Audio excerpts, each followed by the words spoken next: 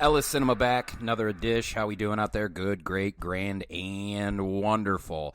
As you see on your dial, Tremors. Oh, man. One of my favorite movies of all time. In terms of rewatchability, that's for sure. I mean, if we were talking technicality, no, probably not. But it's one of these movies. It's kind of like Jaws in the sense where if it comes on TV, I'm not turning it off, ever. And Arrow Video actually did a release on this, a 2-disc set, all the goodies that you could possibly want. And it's taken me a good, I want to say, well, with, like I have a day job and shit. I don't do this. The podcast isn't the only thing that I do. But I want to say it took me a good 3-4 days to get through everything, like if you include the commentaries, because there's 2 of them, and all the bonus features. I had you know what, let's go 3-4 days to get through all of them. I know that this is one of my favorite movies of all time because even after I got through all the bonus features and the commentaries, I was just like, God damn it, they don't make movies like Tremors anymore. And in fact, I'm going to have my guest be a therapist for me here soon because I have a question for him because I can't, on paper, the 2 are exactly the same. Well, we'll get there. So what I wanted to do, so first, Tremors. What is Tremors? Good old boy handymen Val and Earl are sick of their dead-end jobs in a one-horse desert town, Perfection, Nevada. Population 14. Just as they're about to escape perfection forever, however, things start to get really weird.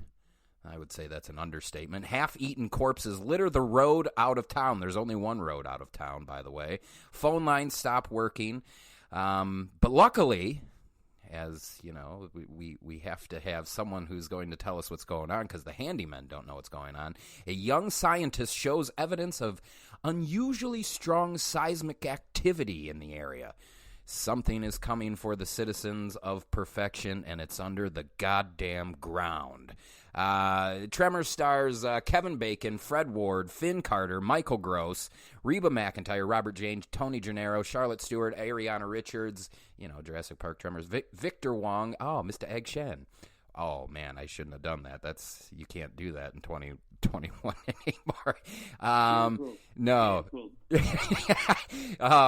But before I bring my guest on, dude, just listen to these bonus features. So you got a commentary by Ron Underwood, Brent Maddock, and S.S. Wilson, and they were Ron Underwood was the director. Brent Maddock and S.S. Wilson were the writers, but I know Ron helped with the story.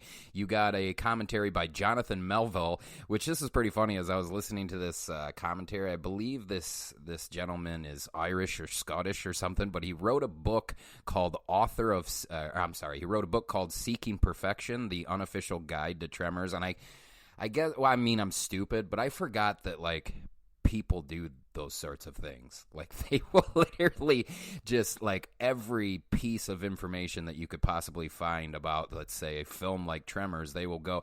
Anyway, I would listen about half of it, and I was just like, you know what a kind of a cool job. Like, I don't think I could have fun with it, let's say, like Schindler's List or some shit like that, but maybe I could have a little fun doing an unofficial guide to something. In fact, I'll make my guest help me out with that.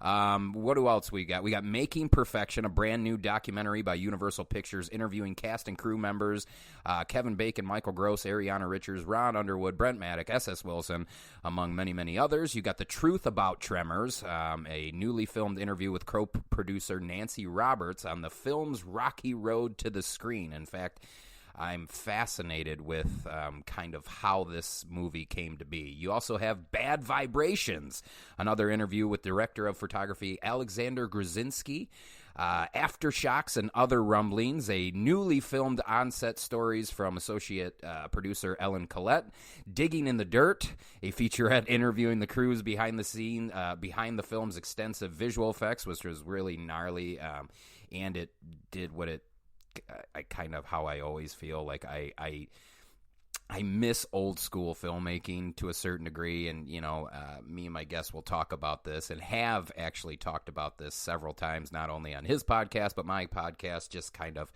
how practical effects hit you different as opposed to, say, CG. I know I'm a grandpa. Fuck it. I'm just telling you what impacts me more.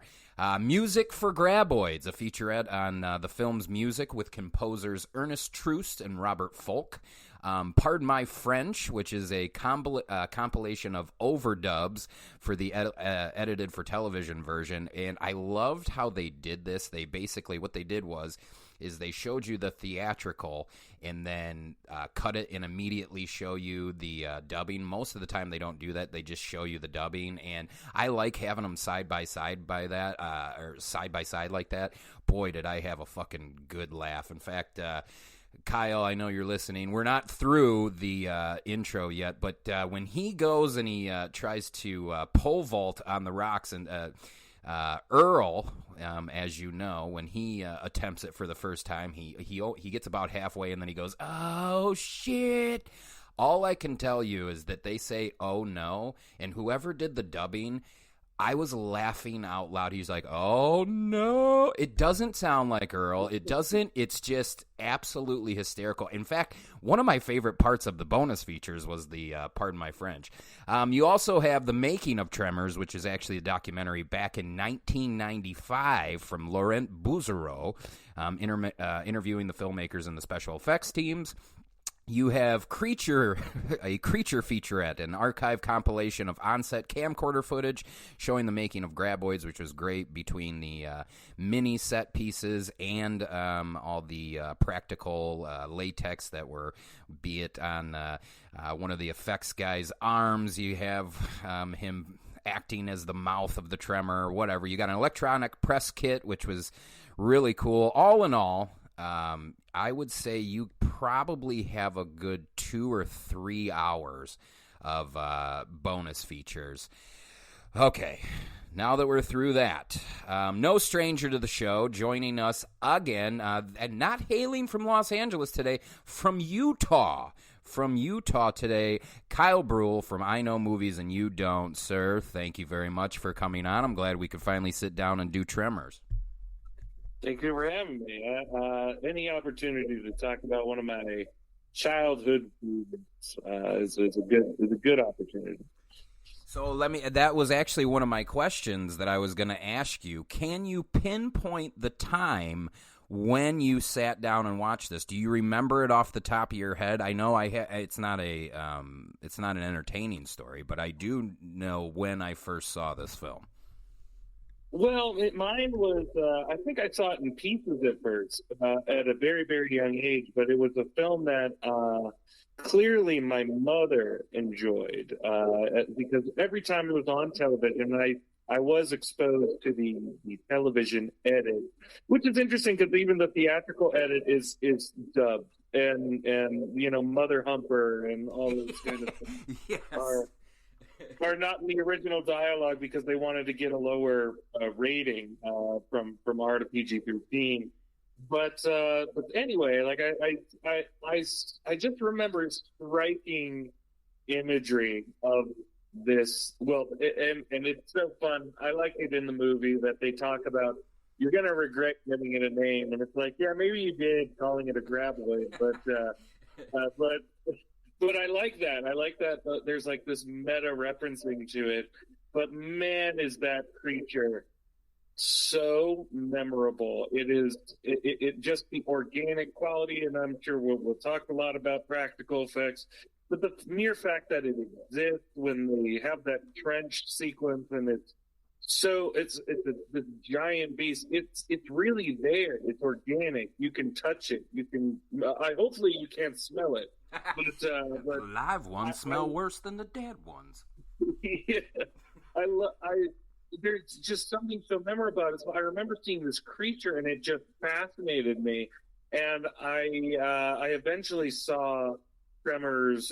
I want to say I was like 12 years old in its entirety, and what a silly, ridiculous, knowledgeably and aware, aware of itself, silly movie that is just a good time. It's just a good time. It really is, and I'm going to say it a few times throughout this podcast, and curious if you would agree. This is almost like it's a slice of Americana in the most unique way. Would you disagree with that? It is when you said you compared it to Jaws, which actually the screenwriters S.S. Wilton and Brent Maddock, which a lot of people would know them having done Short Circuit. Yes, Short Circuit. They conceived of this. You called it Jaws, and they were like basically like they called it Land Shark. And so it was a Jaws. And how I like to look at it, I'm like, this is the most redneck Jaws of all time.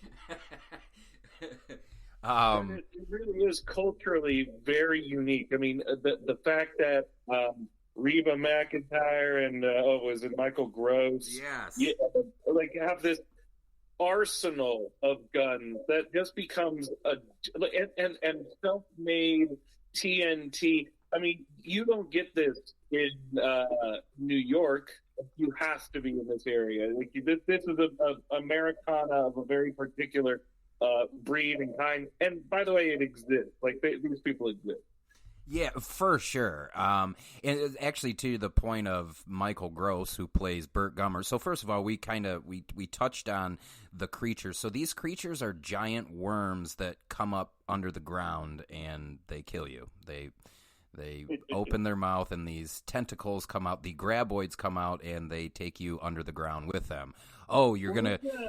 Real quick, like I really love in my rewatch. I really love that. At first, you think it's like underground snakes because they keep the whole creature from you for at least I don't know half the movie. For sure.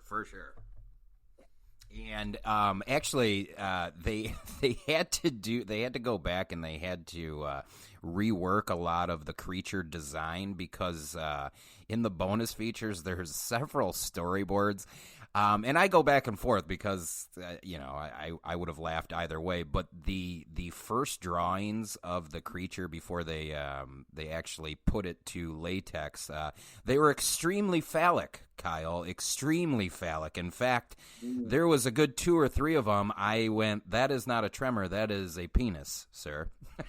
Well, I mean, the Freudian slip is alive and well, So the question I wanted to ask you, so we're talking about giant worms coming up from under the ground, and oh, by the way, if you get in your car, that's not going to save you either because they just might suck down a whole fucking car to get you out of there. That's real, well, not real life. One of my favorite things about this film, Kyle, we never talk about where the Tremors came from. It's almost an unsung thing that we don't do in movies anymore. We have to explain everything. I love how we don't know that does it come from space? Have they always been here? Did they wake up?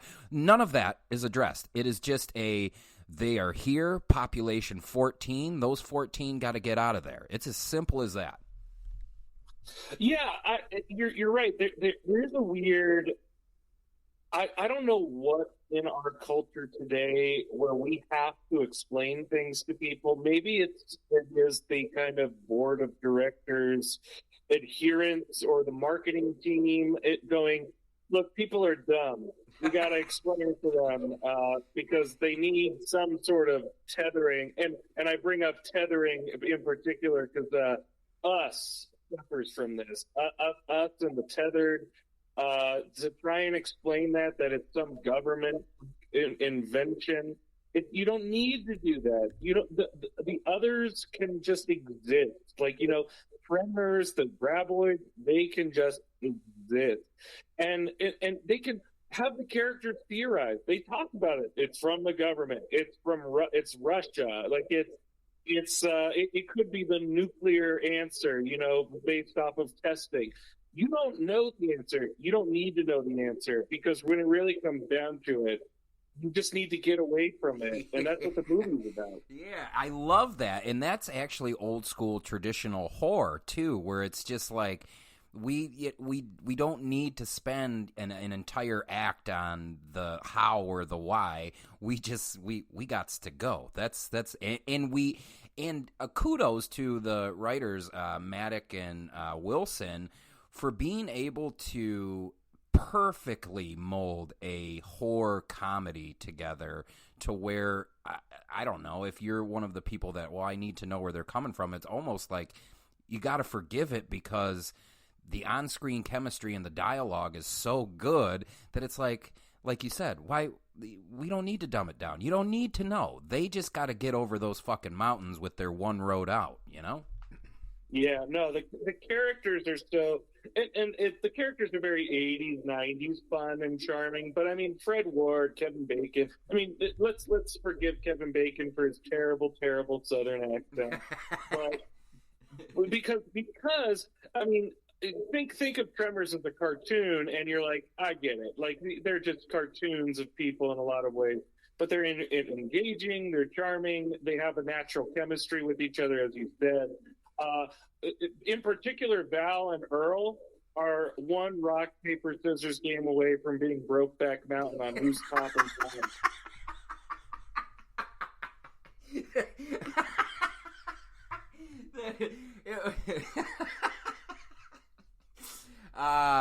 he's not wrong, ladies and gentlemen. And that's another great part of the story, or just a testament to the writing of about, like, we set the tone of who these guys are real early with rock, paper, scissors.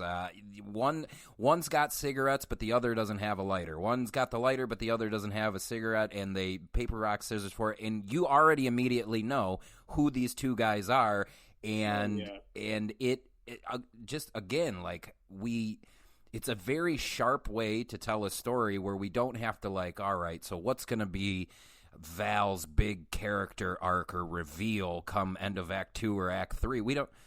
There's none of that. Like, we set the tone with them very early on, and you immediately like them. In fact, one of my favorite frames in the entire movie is it's a throwaway joke. It's when we first meet them, the credits are still scrolling across the screen, and when Fred Ward holds the barbed wire for Kevin Bacon to nail in, as it were, these are handymen, but it takes Kevin Bacon probably a good 8 hits to get the actual nail down in the post to hold the barbed wire. And, you know, Fred Ward kind of gives this reaction shot that's classic, and I'm just like, all right, I know who these guys are. They're kind of dummies. They're kind of dummies, yeah. but they have good hearts. Yeah, exactly. Like, you know, they what they lack in education, if you will, they make up for in, you know, what would be like streetwise ingenuity, but also care. And like they clearly, even though they talk about getting away and leaving perfection, they clearly care about all the people there. Like, you know, like the market dude, you know, the great oh god, what's his name? Victor Wong. Victor Wong. Yeah, Victor Wong's so good. But he's always so good whenever he shows up. But like the fact that he pays them for the little snake that's on their car, and then they're just laughing it off. They're like, "Oh, we lost all this money." Like, you know, he got us, and you can tell that they appreciate that they couldn't perceive that in their lack of foresight, but they clearly learn from their mistake. Yeah, they sold old Walter, who owns a convenience store. They sold old Walter one of the graboid tentacles for $15 so that Walter could take pictures of him inside the convenience store, and they're kicking themselves later in the film. I have a question for you. Be my therapist for a second. Be my cinema therapist, because I was thinking about this, and I don't know. Either I was talking to somebody at work or other, doesn't matter, and I couldn't really give them an answer that I felt comfortable about. Are you ready? Sure, yeah. Why is it that I love Tremors so much, and yet I have tried, this is no horseshit, Wang. No horseshit, Wang. That's a Big Trouble reference with Victor Wong. No horseshit, Wang. Why is it that I love this movie so much, can watch it just an infinite amount of times, and yet I think 8 times, and that's no horseshit, 8 times I've tried to do Sharknado, which on paper is very similar to this in terms of just like what it's meant to be. I can't do it, dude. Let alone the other 7 or 8 other Sharknadoes that can't. I don't know why. In theory, I should like a Sharknado. I should be like, yeah, it's great. And I don't. I hate all of them. I can't say that I hate all of them because I haven't seen them. But I like I said, 8 times I've tried to get into the first Sharknado, and I'm just like, this doesn't play for me the way Tremors does, the way that what is that one that James Gunn did? Slither does, or whatever the case may be. And I don't have a good answer as to why that is the case.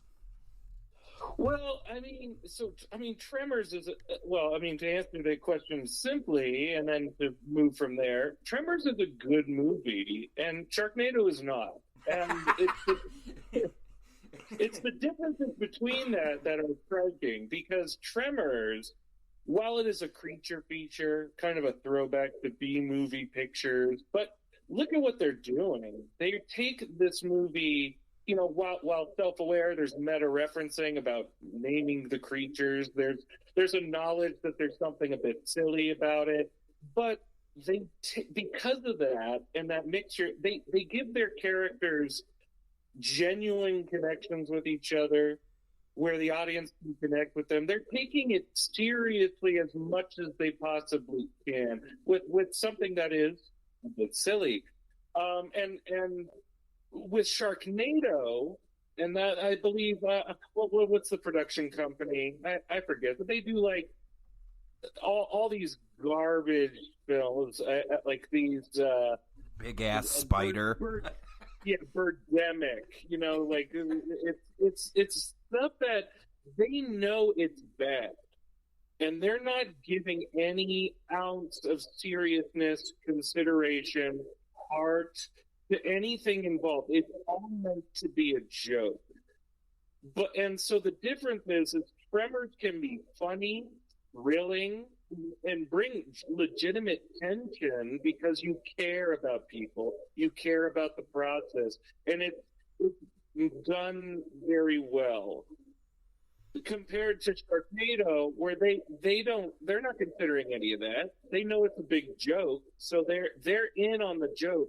And sometimes when you're seeing somebody laugh at their own joke, you're like, I don't. This is not enjoyable at all. Dude, you're exactly right, and I think that's kind of what hurt Tremors upon its release, is that people didn't get it. People didn't get, like, I hesitate to say the joke, but like people didn't get the joke, and this movie bombed at the box office. And it wasn't until home video got extremely popular that it just started destroying numbers, not only in the country but worldwide. And that's actually how Tremors exploded, and now we have 7 sequels, I think.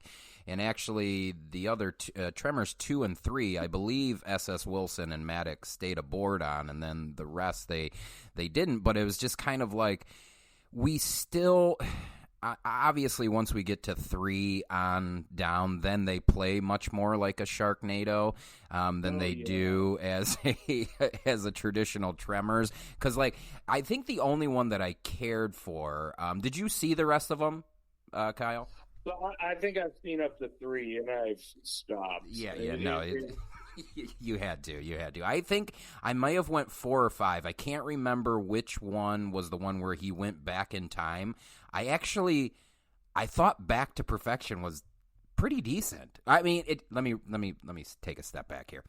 It was decent to add to the Tremors lore. That's better. I enjoyed myself, but the rest of them I just kind of I didn't really care for. As soon as we went on foot, when they became on foot, I don't remember if they were called like Screamers or whatever they were called, but I just was kind of like, oh well. And you take out a lot of the tension by doing that, because a lot of the selling, like we had touched on 20 minutes ago, part of the genius is waiting for the reveal of these monsters. And now, they're all up in your face, and you're seeing them in the daytime, and you're seeing the volume is much higher. And it's just, like we kind of talked about on your Bubba Hotep podcast, which we need to do part 2 on this one whenever I'm not being a baby. But we kind of do the same thing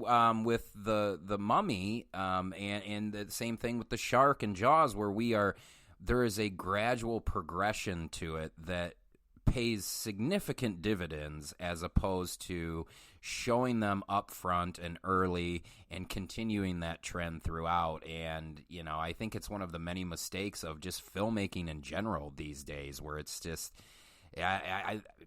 we dumb it down, or like on some degree I just think people bitch and complain so much that they want to see it more, and we've talked about it on your show and my show several times. We're kind of valuing aesthetic over storytelling more so these days, and I'm sure it'll circle back around. But something that we had talked about on the Bubba Hotep podcast is just kind of like with these.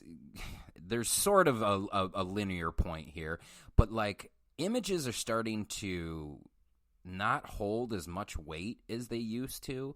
And I think it's a combination of we have so many avenues to watch shit and enjoy shit, and we're always looking at our phone and social media, blah, blah, blah. So it's one of those. But I wonder if the combination of we're giving the people what they want to see. We're showing the monster often and early.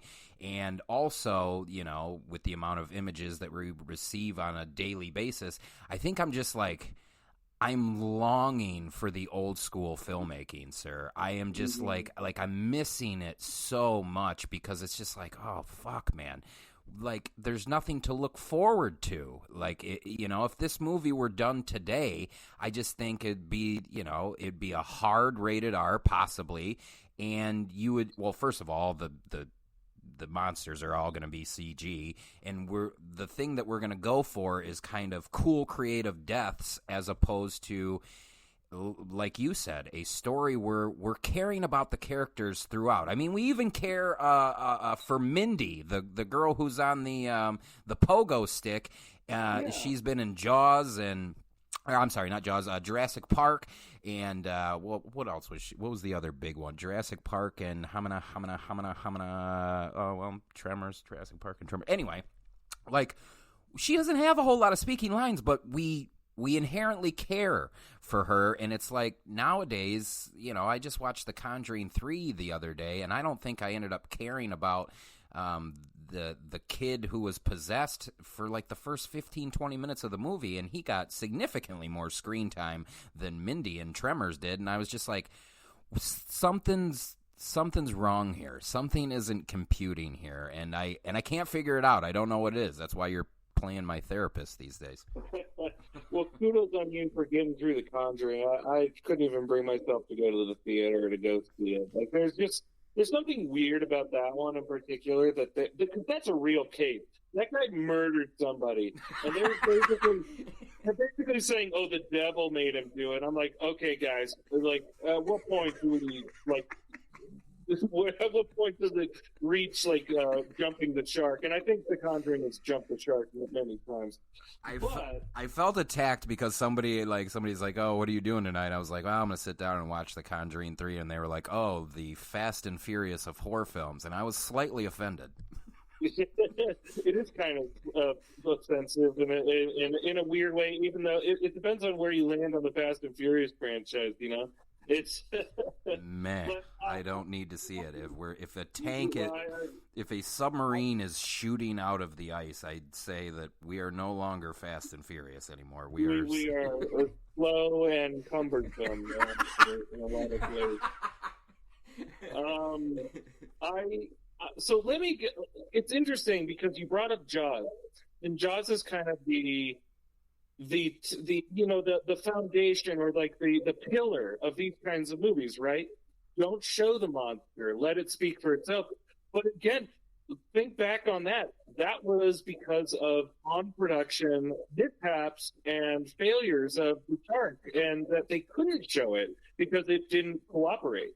So it's interesting because even Spielberg, in his inclination, in like what is like as a creator or as somebody who has a monster at his fingertips, is going, I want to show my monster as much as possible because we've made this monster. So it's interesting because it was far more effective when we look back and go, why was it so effective? Our imaginations do so much work for us with monsters. And with this idea that you can create these fascinating monsters. Somebody who does it well and shows us monsters as often as possible is Guillermo del Toro. But he's not approaching monsters as something mysterious, something insidious. He's using monsters as something of intrigue and to say something different. So he has a different mentality on how he uses monsters. For the traditional use, Tremors goes about it in the right way. They show you a piece here, another piece there. And then when you see the whole thing, you don't necessarily, like, they're still underground. They're still a menace that cannot necessarily be seen, and they're adapting. They use that to their advantage. And you're right. What would a Tremors today be? Well, and I can think of worse ways of going about it, but I mean, legitimately, we have a decent way of going about it, even with CGI, in a Quiet Place. And A Quiet Place does it relatively well. I mean, obviously, their monsters move very fast, and CGI can manipulate that. And Tremors, they do move fast, and that's why it's interesting, because under the ground they can do all these like little blows of air, and the dirt moves with them. I find that more interesting, obviously. But could a Tremors today happen? And would it be all CGI? It would definitely be mostly CGI, which is disappointing. I think the artistry here, through the animatronics of it, the creation of it, the look of it, it's so organic. You can literally touch it. The actors are touching this thing, and there's so much power to that. And I feel like you're right. We're moving away from this so far away that the people who create these, the H.R. Geigers, the Stan Winstons, they're becoming so obsolete in an era that doesn't appreciate that kind of artistry. And it's like I'm mournful because Kevin Bacon came out last year and talked about maybe wanting to do another Tremor, which is interesting because he hasn't returned to the franchise. But now that he's like older and looking back, he's like, yeah, I had a great time filming that. I would love a reboot of Tremors. They adhered to the rules that we're talking about. You don't even though we know what the Tremors looks like, we maybe do a revamp and like a evolutionary kind of take on what they look like. But it would have to be practical effects. It would have to be insidious in the ground and adaptable.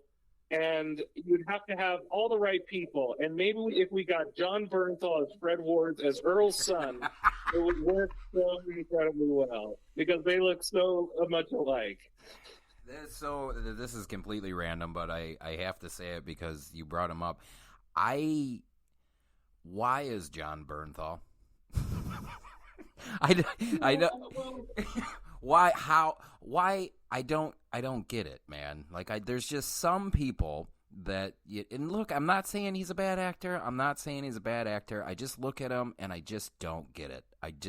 I'm like, you're not good enough for some of the roles there. You're in The Wolf of Wall Street, for crying out. Like, just these huge films with these huge directors, and I'm just going, the Punisher guy, or the Walking Dead guy, I think a lot of it stems from I was listening to I think it was a Opie and Anthony radio show. Nobody knows who the fuck that is. Talk about dating myself. But he was on, and he just kind of sounded like a meathead. And I think the combination of the two, I was just like, I don't like you.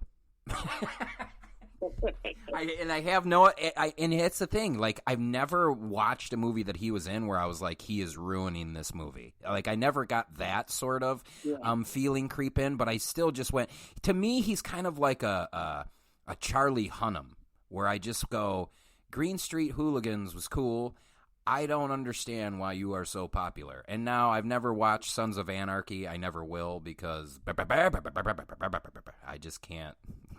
It was a South Park reference, and if you get the South Park reference, you know exactly why I won't watch it. But it's just another one where I'm just like, yeah, you're fine, but you should not have been in Crimson Peak. You should not have been, or whatever the case may be. Yeah, I'm sorry, I just kind of blacked out there for a second, but you're right. He totally would be in it too. Oh, he would. No, and we were talking. I rewatched. Well, she watched part of it. My girlfriend and I were watching it, and she was like, "John Bernthal has a Fred Ward look," and I'm like, "It's true. They have this kind of beat up, kind of boxer like look." I think both. It's funny that you brought up Charlie Hunnam. Charlie Hunnam's the prettier version, but both of them are kind of like worn, weathered boxing, fighter type. I mean, you brought up Green Street Hooligans. I mean, that makes sense for Hunnam. Bernthal is the Punisher, and they fit these roles because of how their look. And I do think they are striking in a visual sense in both ways. But I get what you mean. I feel like they show up in movies that they are not necessarily capable of carrying. Hunnam in particular shows up in some movies where, it's like King Arthur, and you're exhausted because you're like, man, it's all on your shoulders, man, and you can't handle it. But I like Charlie Hunnam in a lot of ways. I like the City of Lost. The Lost City of Zed. Yeah, fantastic. I did like that one. The Gentleman works in a weird way, and not everything works in The Gentleman, but Charlie Hunnam is not a detriment, and that's a big say. And then like Bernthal, I like when he shows up in Taylor Sheridan movies because they're always like a bit part. He always the possibility of him dying, and he handles it quite well. And for those who wish me dead, he was one of the better things about it. I thought Angelina Jolie was miscast, and that's what ruined the whole movie. Dude, it didn't. None of it made any. I felt like every time she was at. For those of you that don't know what we're talking about Those Who Wish Me Dead, John Bernthal, Taylor Sheridan, and Angelina Jolie. Every time she came on screen, I almost. Well, let's take out the fact where she's electrocuted and drops 5 stories and she's all right and everything. Let's take that completely non-Taylor, because the Taylor Sheridan's one of my favorite working screenwriters right now in terms of writing a really gritty crime drama that's smart and works. And there's just I'm convinced that they must have just stayed true to the novel in that. But talk about being out of place every time Angelina Jolie was on. And this is someone who is tried and true. She's not a terrible actress by any means. It's just why? What are we doing here? Her dialogue with the child is so contrast. The contrast is so different in comparison to when we're watching the other cast members talk on screen. It just doesn't fit at all. Yeah. So. Yeah. She was out of place.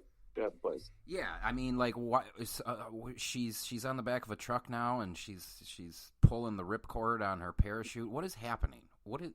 Yeah.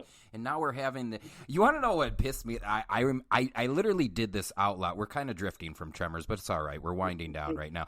But I literally groaned out loud when if you remember the scene when her and the kid are sitting by the fire and they're essentially sharing war stories, and she's just like, yeah, I've had a pretty hard life. I watched kids die or whatever. And the kid that she's telling it to, mom's dead, dad's dead, and now he's surrounded by all these people that he doesn't know. But he gives this stupid reaction where he's like, poof, well, and then continues with his story. And I'm like, this is so uncomfortable to watch right now. This is so contextually different than everything that we've seen up until this very moment. And they're both trying to one up each other on how terrible their life is, which I get in some sense that's what we're trying to do. But we didn't. It doesn't mean we didn't need to, or we actually needed to do it. Yeah, that reminds me of the Poor Yorkshireman, the Monty Python sketch, where it's like grew up in a box, and then, Yes, yeah. Oh shoot! A Brokeback Mountain got me off. Brokeback Mountain got me laughing out loud, and that is a perfect Monty Python reference. yeah. Something that I found I just want to say this before we go because I thought it was funny. You're just like, we're dumbing down thing. Well, we both are saying that we're kind of dumbing down the cinema experience. You want to know what the second most Googled question for Tremors is? I'm so excited to hear it. Is Tremors based on a true story? I'm sitting there looking at that going, what is happening? Where am I? This can't be real, Kyle. This isn't real. There's some dark corner of the internet via QAnon talking about how Tremors is under the ground and we got to get our guns. And...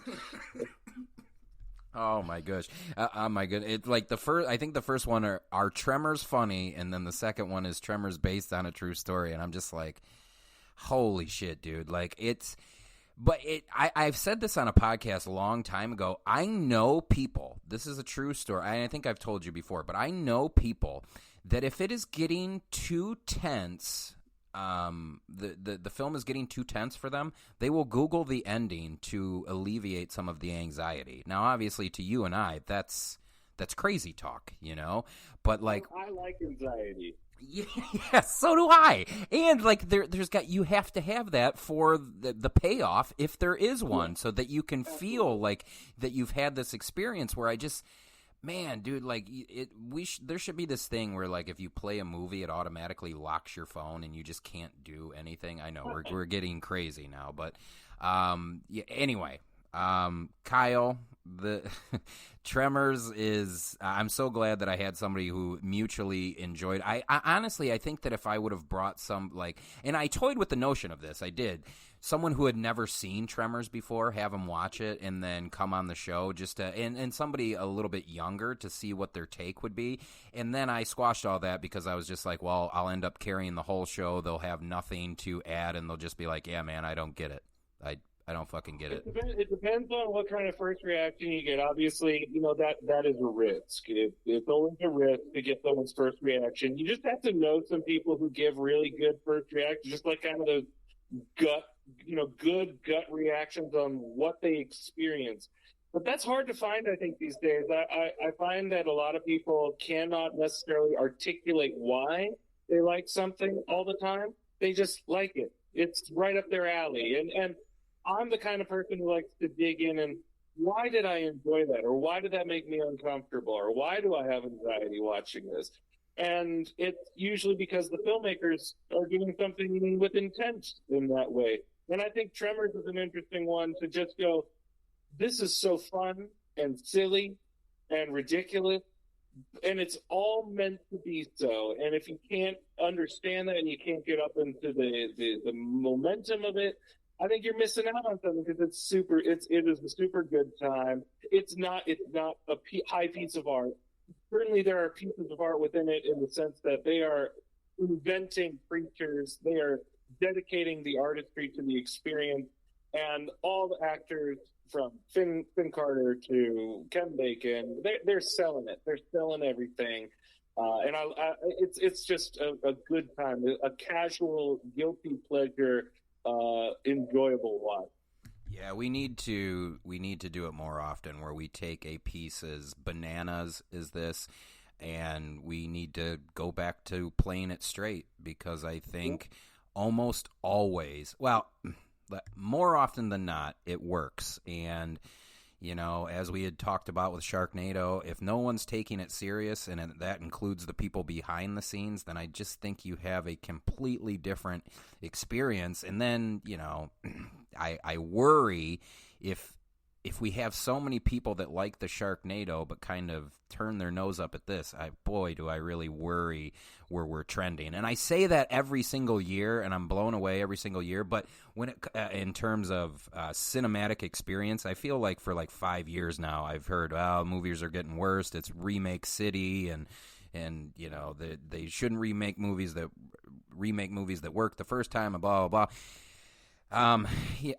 In this particular genre, I do feel like something's going to be lost along the way if we're not careful. If we stop turning,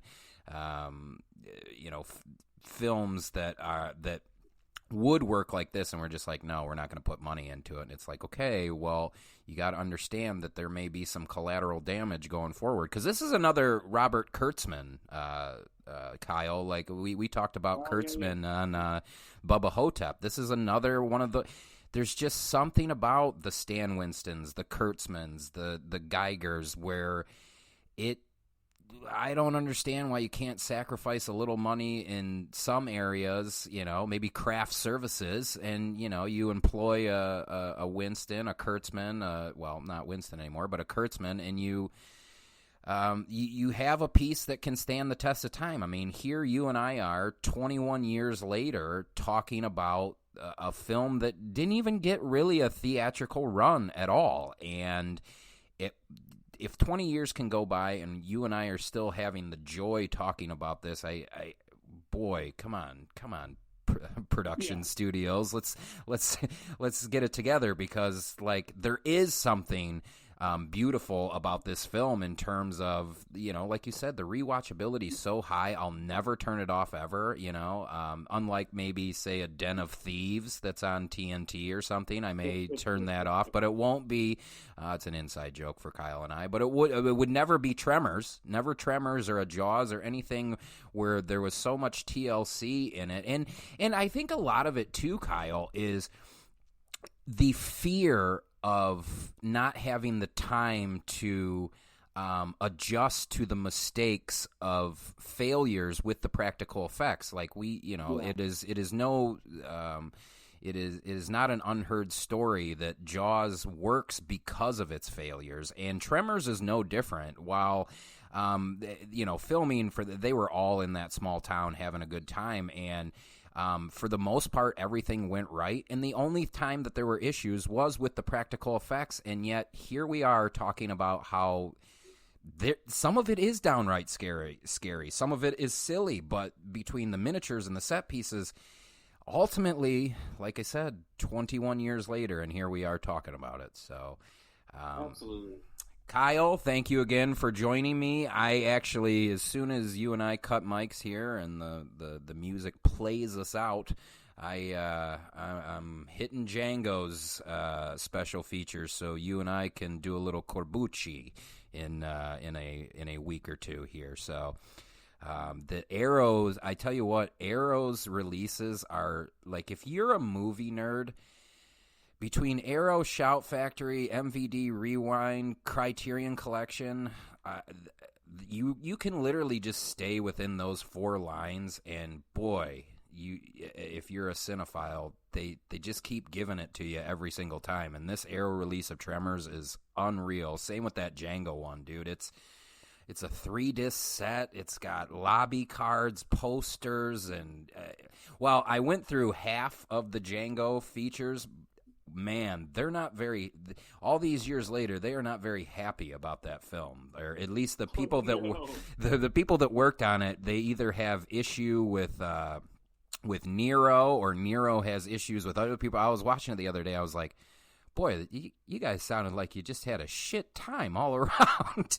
Mucci said something about, like, every time I think of shooting a movie with horses, I want to kill myself. Like, because of Django. Like, it's crazy.